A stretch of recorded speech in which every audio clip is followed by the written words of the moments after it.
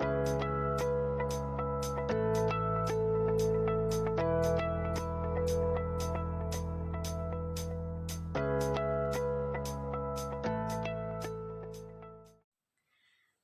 di sini saya akan menjelaskan tentang perbedaan antara akad salam dan akad istisna. Sebelum memasuki poin tersebut, alangkah baiknya kita mengerti apa yang dimaksud dengan akad salam dan akad istisna. Akad salam adalah menjual barang dengan kriteria tertentu yang masih dalam tanggungan penjual dengan bayaran tunai di muka. Akad salam disebut juga dengan salaf, akar kata dari taslil yang berarti mendahulukan, karena dalam hal ini alat tukar didahulukan atas barang yang dijual. Sedangkan menurut fatwa DSN MUI nomor 110 mendefinisikan akad jual beli salam atau bai al-salam adalah jual beli dalam bentuk pemesanan atau suatu barang dengan kriteria tertentu yang harganya wajib dibayar tunai pada saat akad. Ulama fikih juga menyebut dengan bai'ul mahawij. Akad salam adalah akad jual beli barang yang belum ada karena kondisi yang memaksa semua pihak yang bertransaksi.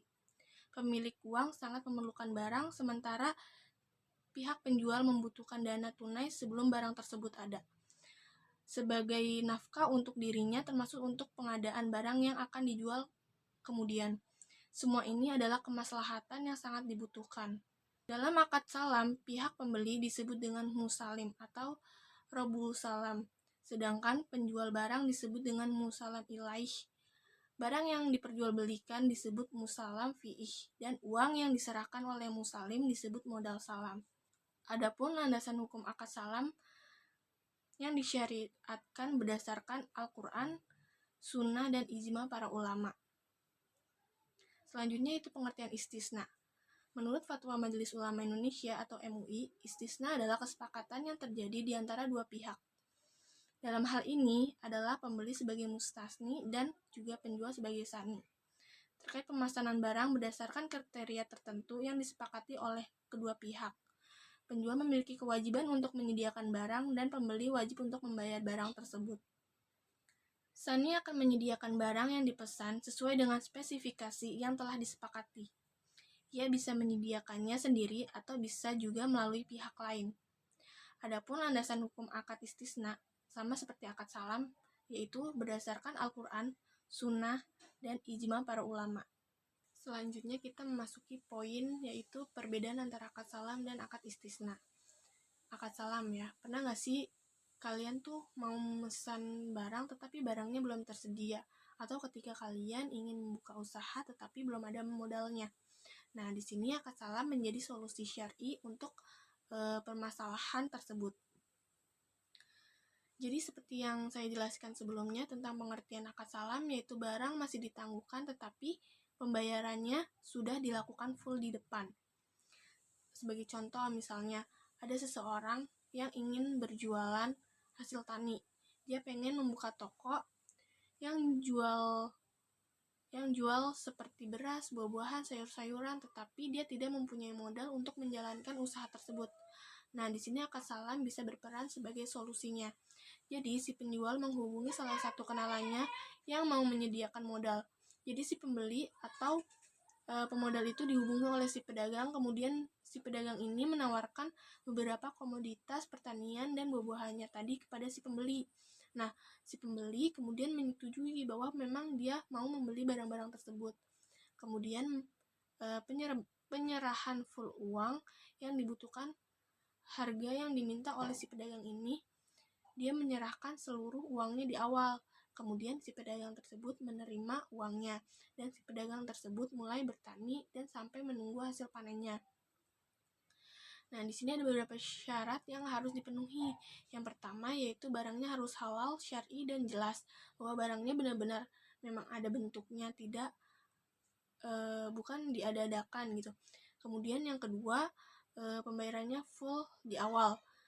Dan yang ketiga, waktu penyerahan barang tersebut kepada pembeli itu juga ditentukan. Nah, kemudian apakah yang harus dilakukan ketika si pedagang ini gagal panen atau tidak bisa menyerahkan barangnya sesuai yang diminta si pembeli? Misalnya kualitasnya kurang bagus, nggak sesuai dengan yang dijanjikan, atau mungkin takarannya, beratnya, volumenya, atau tidak sesuai dengan kesepakatan. Nah, dalam akad salam ini terdapat 3 keringanan. Yang pertama, kalian bisa memberikan tambahan waktu untuk si pedagang menyelesaikan barang-barang yang dia janjikan kepada si pembeli. Yang kedua ialah membatalkan akad salamnya, jadi ya sudah, batalkan saja. Dan yang ketiga, kembalikan uangnya, atau kalau di era sekarang atau era kontemporer, contoh penerapannya adalah pre-order. Contohnya, misalkan kita tuh mesen barang di online shop, kan sering nih ya kita tuh mendapatkan kayak satu toko yang sistemnya itu pre-order atau harus menunggu selama waktu yang ditentukan. Misalkan kalau biasanya kita beli online itu waktunya tuh 7 hari ya. Jadi kita bisa membeli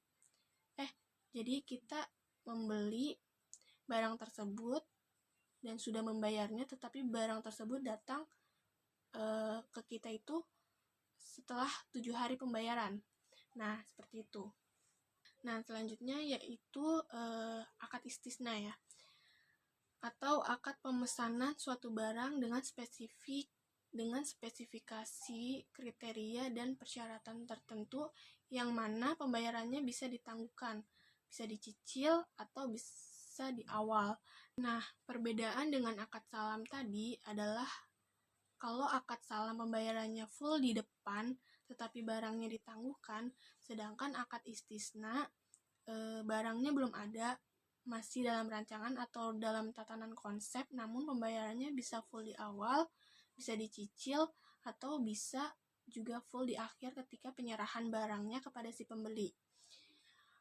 Nah, akad istisna juga kurang lebih sama seperti akad salam. Pertama, barangnya harus syar'i, halal, kemudian spesifikasinya jelas. Misalnya kita ingin membeli rumah, nah rumahnya kan belum ada, maksudnya bentuknya bagaimana, warnanya seperti apa, luasnya berapa, dan segala macam. Kemudian juga pembayarannya lebih fleksibel, seperti tadi bisa dicicil, bisa dibayar full di awal, dan bisa dibayar full di akhir penyerahan barangnya. Dilakukan kemudian hari sama seperti akad salam. Barangnya di akhir tetapi pembayarannya masih di awal, bisa di akhir. Jika barang cacat atau tidak sesuai dengan kesepakatan awal, maka sama seperti akad salam yang 3 tadi.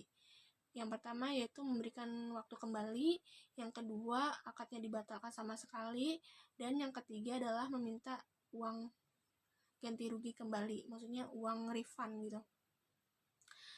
Dan pengembalian itu harus sesuai dengan apa yang kita sudah bayarkan. Misalnya 50% kita sudah bayar, nah kita harus mengembalikan sebesar 50% itu juga, tidak boleh lebih dan tidak boleh kurang.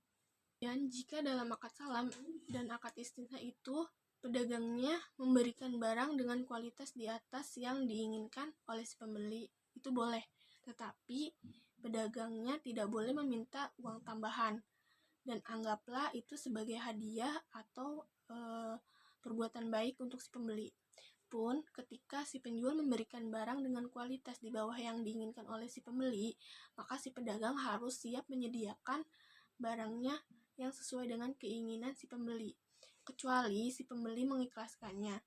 Pada zaman sekarang, bagaimana sih penerapan akad istisna itu? Biasanya penerapan itu ketika kita ingin membeli rumah KPR, bisa pakai akad istisna di samping dengan akad-akad lainnya. Kemudian bisa juga untuk membeli barang yang customatis, misalnya kita membeli baju customatis atau barang sesuai dengan yang memang kita khususkan untuk custom, dibuat sesuai dengan spesifikasi yang konsumen minta. Nah, itu bisa menggunakan akad istisna.